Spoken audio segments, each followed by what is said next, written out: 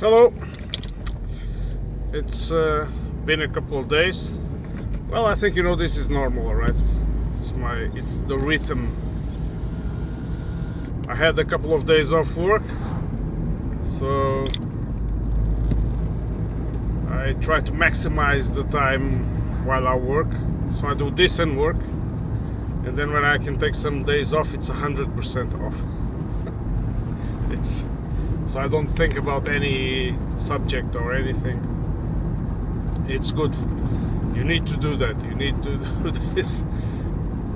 They call it detox or anything. I don't feel intoxicated, but it's sometimes you feel a little bit tired. So anyway, about the Russian offensive around the Kharkov region, or Kharkiv, whatever, now in the Western media, the bells of the "you don't catch me, kid" are ringing. So I don't know if this was clear, but the kids who are they don't want to be caught because they are afraid of a bigger kid or something, but they are quick to run, right? So, and when they are far away, they taunt and they make fun of the ones they are running from. So this is kind of the Western mainstream media now, with the title "Vladimir Putin wants peace after his troops are stopped in Kharkov, after the offensive is contained in Kharkov." And this can only mean one thing or two. One of the things is that, of course, people who write these articles are writing propaganda. Second, they don't know shit. I mean, they call themselves journalists. They should be ashamed, because if they call themselves journalists, work in newspapers, they should write pieces after gathering information and sources and all of that. Of course, that is seldom the case. You have several types of journalists. Most of them are like the prostitutes, right? They're just there. They're afraid to lose their job, so they write anything that to please the master. This is the other reason. But if we want to analyze the offensive around the Kharkiv region, and we want to be serious about it, and we don't want to fall for any propaganda, because I was also reading the Russian outlets, and I did not find any of such delusion news. I mean, you could say, oh, both sides make propaganda. We know both sides make propaganda. But when you analyze one or the other, it's like one side you have like a circus 24/7, and the other one, well, has nothing to, it's nothing like it. So I was searching for news about this, and it's aside from these titles that give notice of Russian successes on the battlefield, you have little. You have a lot of you start to have an increasing tone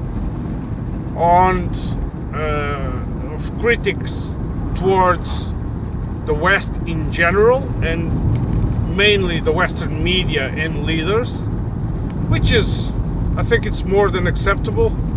I mean, this is here in the West, they're always portraying the evil, the Russian evil, and they do a lot of lying in the process, right? So it's more than natural that the other side starts to do, like, for example, portraying the West as a bunch of mindless, dumb people, illiterate people, which is a problem in the West, I suppose. I mean, you have a society that only values the people who can be the perfect robots for corporate capitalism. So no wonder that the majority of the people who do not fall into this category are intentionally dumbed down. You know all that. I mean, that's another topic. The education system degrading and this kind of media we have. Still about the Kharkov offensive. So then now they're bragging that they contained the Russian offensive. I think I have spoke this, I'm not sure, in one of the previous videos where I told, if you analyze the numbers involved on this offensive, you have to do that, at least. I mean, you don't have to go and study in detail all the maps and all the movements of all the battalions and platoons and companies, but at least you have to have an estimate. You have to be aware of the numbers, of the size of this offensive.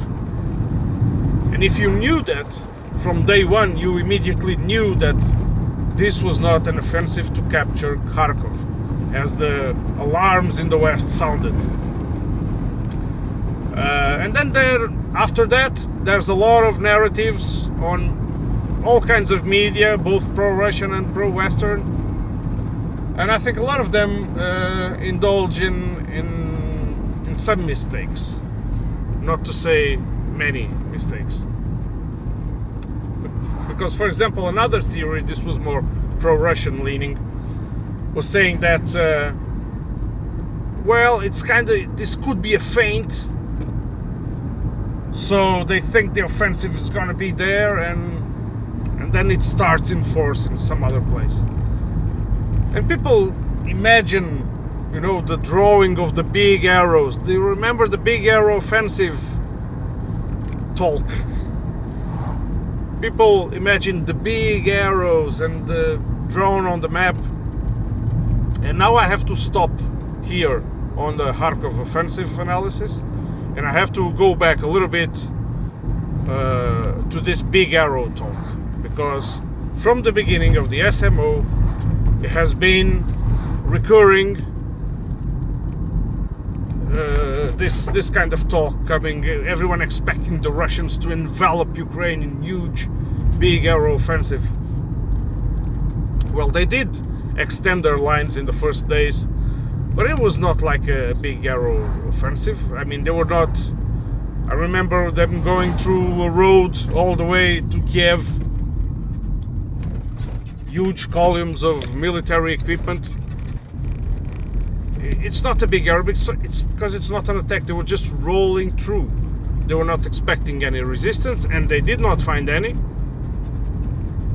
and they just went. So, not to be confused with that, big arrow it's pointed at specific targets, specific points in the front line, which you have to break simultaneously. Normally you have one or two main arrows, and then you have several subsidiary arrows to help. But the main thing is this: the big arrow comes from the Second World War. You have you always have arrow. I mean, in the 20th century it's common to see the maps with arrows of the offensives, but the huge arrow offensive covering like hundreds of kilometers, dozens of kilometers, those are typical of the World War II. And why do I say this?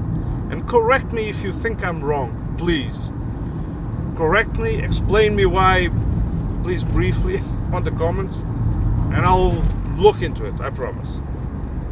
So, there was this development of this new military doctrine, which was developed by a German general called Heinz Guderian. That was called Blitzkrieg. You all have heard of Blitzkrieg, I am sure. And this doctrine was learned and was deducted by Guderian because he was a veteran of the First World War, and he made a thorough analysis on the main battles of the First World War where he fought. And when the tank first appeared in 1916, he analyzed all these battles where the tank took part and all the skepticism around these new weapons, all of this. I mean, he makes a very good analysis. How do I know this? I read his book. I think if you like this kind of matters, you should read too. It's called Blitzkrieg. It was published in 1937, and the first half of the book, as I remember well, was a thorough, meticulous description of the battles of the First World War, the main battles. And then the second part, it's applied to the conclusions he took of the analysis, of the previous analysis. And so, long story short, he realized that a surprise force concentrated at one point, notice this, with no previous artillery preparation, which was a typical thing and an expected thing to do in the First World War. So they would concentrate a big force on a narrow point called the schwere Punkt, or the strong point, and they would surprise this point, overwhelm it with majority, focus on this point, overwhelm it with majority, and then have enough mobile troops to exploit it in depth, causing havoc in the rear guard of big portions of the front. This way, they could demobilize a lot of the enemy's effectives without having to fight them. They could just surround them and be much more effective at destroying them or making them surrender. So, of course, the tank doctrine was not complete without the air superiority or the air support, if you like. But mainly, he deducted the perfect role for the tank. He was a big critic of the role assigned to the tanks after the World War. He was really, he even noticed that the English had applied correctly this doctrine unknowingly, apparently, or almost unknowingly. They had a couple of guys there, which I don't recall the name, which were defending this, but they were rejected. So they rejected this, and after the First World War, the tanks started to develop, and they assigned the tank subordinate to the infantry. So they still thought the infantry was the king of the battlefield, and the tanks should be scattered with the infantry in support of the infantry, which of course is also a role for the tank. But Heinz Guderian saw that, at that stage of the doctrine development, it would be a huge advantage if they would concentrate the tanks instead of spreading them, right? And so, which the Germans did with huge success. As you all know, when they invaded France, they defeated France in about, the thing was settled in about 2 weeks. Poland, the same. They have designed Air Force airplanes especially to give support to this kind of troops, to break any tougher obstacle on the way, on the quick notice, because you couldn't just be plotting artillery to fire in front of the tanks. That wasn't practical. And so, sorry if I'm taking it too long, but this made possible those huge big advancements in 2 weeks, 1 month. They have hundreds of kilometers covered in depth in 1 month in Russia. using this tactics. Of course, the Russians quickly learned them and then used them. This was a very short-lived doctrine, because when this doctrine was learned, when the forces, the countries, the belligerent countries realized the tank was becoming the king of the battlefield, immediately weapons started to be developed against the tank. And a lot of assortment, a lot of anti-tank weapons, both wheeled, both mounted on tracks, both wheeled and towed, with horses or other vehicles, and also portable ones. Being the most noticeable from the Second World War, the German Panzerfaust, this discardable anti-tank, very effective at a close range weapon. But after this, the Blitzkrieg kind of dissolved in all the other technical advancements that were made in the war. I'm not going to go more into it, although I do find it a very interesting theme, especially if you read some memories of generals involved in the Second World War. They go into very minutiae, very small details. But all of this to say what? To say that it is very stupid in this kind of war, and if you analyze it, to fall for the big air offensive talk. The only way a big air offensive like the ones made in the Second World War, for example, in the first months of the Barbarossa operation, which was the invasion of the Soviet Union by the German forces in June 1941. The only thing this could be possible is that if one of the sides is so weak and has no air cover, none, and when I mean air cover, remember that nowadays we have swarms of drones everywhere on the front line. So it's kind of impossible, even for the ones who don't have airplanes, not to have any kind of air cover. And with all the surveillance, I mean, how would you expect the Russians to begin an offensive near Kharkov with the intention to capture the city of Kharkov, which is the second biggest city in Ukraine, with only a couple of dozens of thousands of troops? Well, a little bit more than that, but I mean, something less than 500, 600,000 troops would be unacceptable. And an army that large would never, nowadays, it was possible still in the Second World War to do it, to make surprise strong point attacks, but it's almost impossible now. They can do surprise little things, like for example they did in Avdiivka, which they went through a very narrow passages and surprised, almost like breaching into a castle.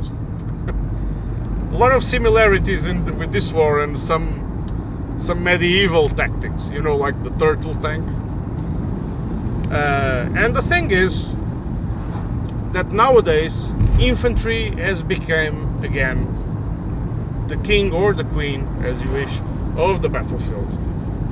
You can have swarms of drones, you can have a lot of tanks, you can inflict great damage, but you only capture territory effectively if you have infantry, boots on the ground.